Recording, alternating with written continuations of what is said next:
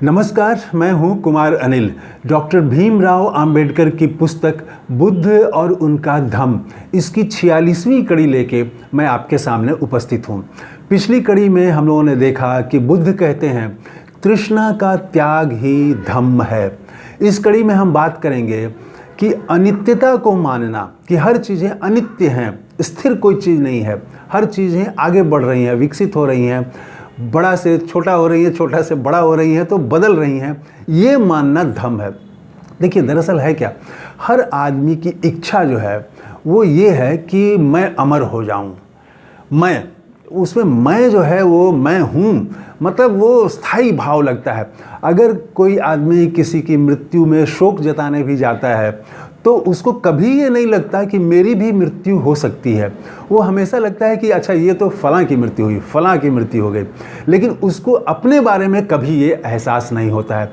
अगर एहसास हो जाए तो जीवन बदल जाएगा। जिस क्षण एहसास हो जाए वो आदमी का एकदम स्वभाव, दूसरों को प्रति उसका नज़रिया, सब कुछ बदल जाएगा। लेकिन ये जो अमरता की बात है कि मैं अमर हो जाऊं, मेरी उम्र बढ़ जाए, मैं लंबी उम्र जीऊं, तो अगर हर चीज़ें अमर हो जाएं, हर चीज़ें अगर स्थिर हो जाएं, आदमी अगर अमर हो जाए तो क्या होगा?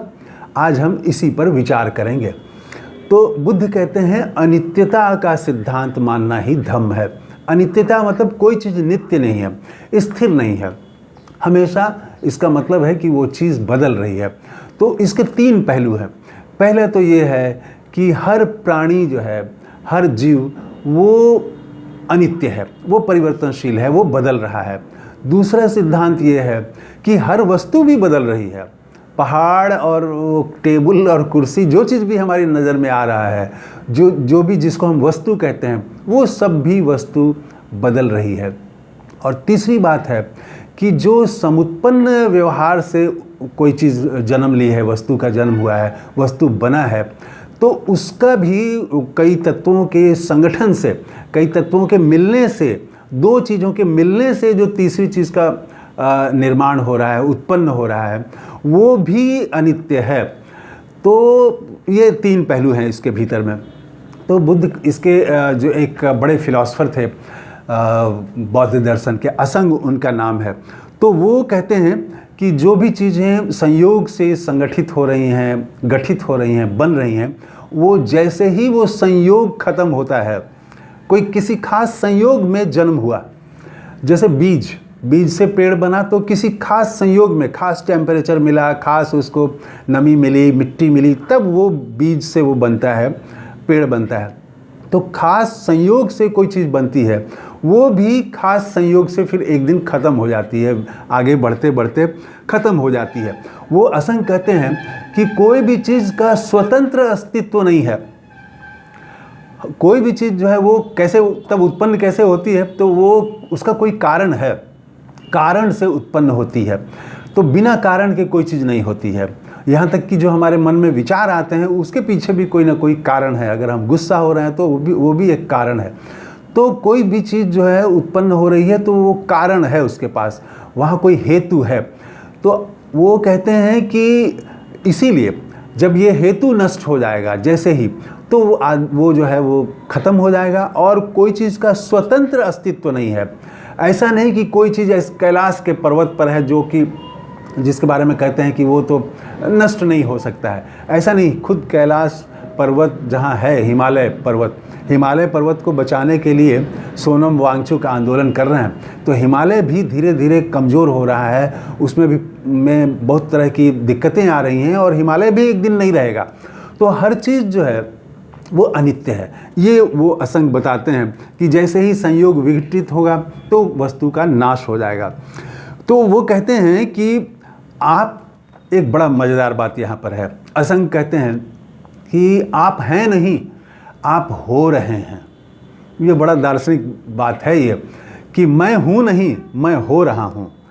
तो ये मैं हूँ जैसे ही हम बोलते हैं तो उसमें एक स्थायी बात आ जाती है। ये मेरी संपत्ति है, ये मेरी कार है, तो एक स्थायी भाव आता है कि जैसे ये मेरी ही है, मेरी ही रहेगी। तो मैं हूँ जब बोलते हैं आप, तो इसका मतलब है कि मैं एकदम स्थायी, परमानेंट कोई चीज़ हो जाता है। तो असंग कहते हैं, बौद्ध फिलोसफर जो हैं वो कहते हैं कि मैं हूँ नहीं, मैं हो रहा हूँ। मतलब एक कंटिन्यूअस टेंस में है, वो कोई चीज़ प्रगति में है, चलता हुआ है, सफ़र में है, तो वो उसका सफ़र एक दिन ख़त्म हो जाएगा। और इसका मतलब भी है कि वो परिवर्तित हो रहा है। कल जहाँ था वहाँ आज वो नहीं है, कल जो था वो आज नहीं है। तो वो कोई भी मनुष्य एक क्षण पहले जो था, कहते हैं दूसरे क्षण में वही नहीं रह जाता। कहते हैं ना कि गंगा में पानी जो है वो हर क्षण बदल जाता है। तो ये ऐसी कहावतें उसी अनित्यवाद से ही शायद निकली हैं। तो इसका मतलब है कि हर चीज़ परिवर्तनशील हो रही है, असंग बताते हैं। और वो कहते हैं कि जैसे मान लीजिए कि कोई प्राणी है, कोई व्यक्ति है, भूतकाल में है, तो भूतकाल में वो था, वर्तमान में तो नहीं है, भविष्य में तो नहीं रहेगा। इसी तरह से जो वर्तमान में है वो भविष्य में नहीं रहेगा, और वो भूत में भी नहीं था। और जो भविष्य में है वो आज नहीं है, कल भी नहीं था, वो कल होगा। तो इसका मतलब ही है कि कोई भी चीज़ जो है वो बदल रही है। आदमी जो कल था वो आज नहीं है, वो परसों भी नहीं रहेगा। तो वो चीज़ें बदल रही हैं, परिवर्तनशील हैं। ये वो इस पर पूरा बुद्ध का जोर है। तो इसमें तीसरा पहलू जो है, सब जो अनित्यवाद का जो तीसरा पहलू है वो थोड़ा समझने की ज़रूरत है। तीसरा पहलू ये है कि कोई चीज़ जीवित है, जैसे आदमी है, तो आदमी जीवित रहते हुए कैसे परिवर्तनशील हो रहा है, कैसे परिवर्तित हो रहा है, ये थोड़ा कठिन है समझना। कि हम तो जीवित हैं, मैं तो हूँ, तो मैं कैसे बूढ़ा हो जाऊँगा, मैं कैसे मर जाऊँगा, मैं तो स्वस्थ हूँ। तो ये जो है इसको थोड़ा समझना कठिन है। तो उसमें जो है वो बुद्ध कहते हैं कि अनित्य है, और आप उसको गौर से देखेंगे तो कल जो आपका विचार था वो आपका विचार नहीं है आज। कल जितने लोकप्रिय थे, लोकप्रिय नेता थे, आज उतने लोकप्रिय नेता नहीं हैं आप।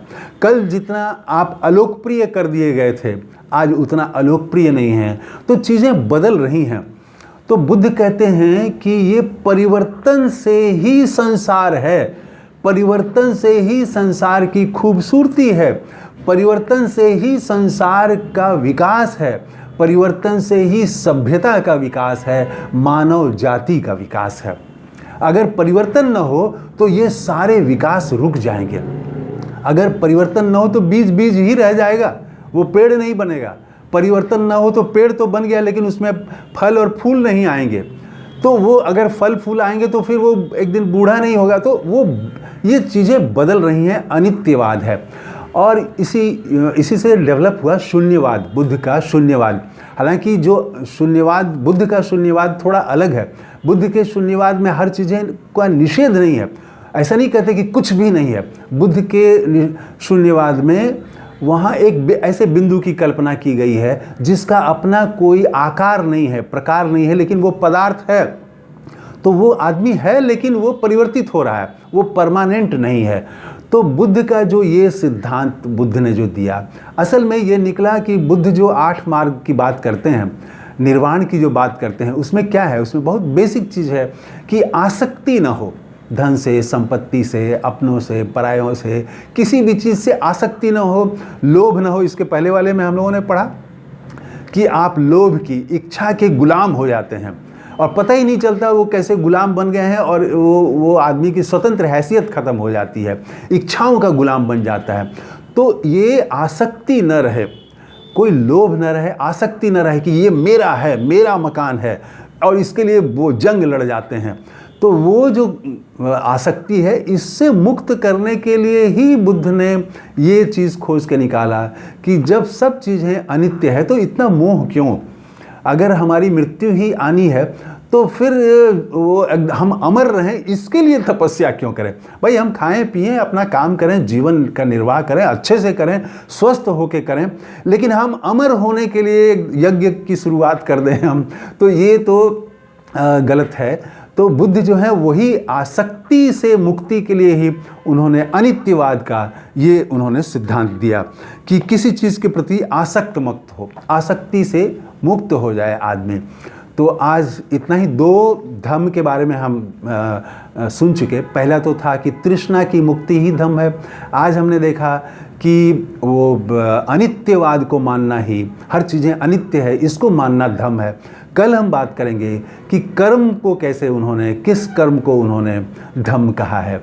तो आज की कड़ी में इतना ही। बुद्ध को नमस्कार करते हुए थैंक यू, धन्यवाद, जय हिंद।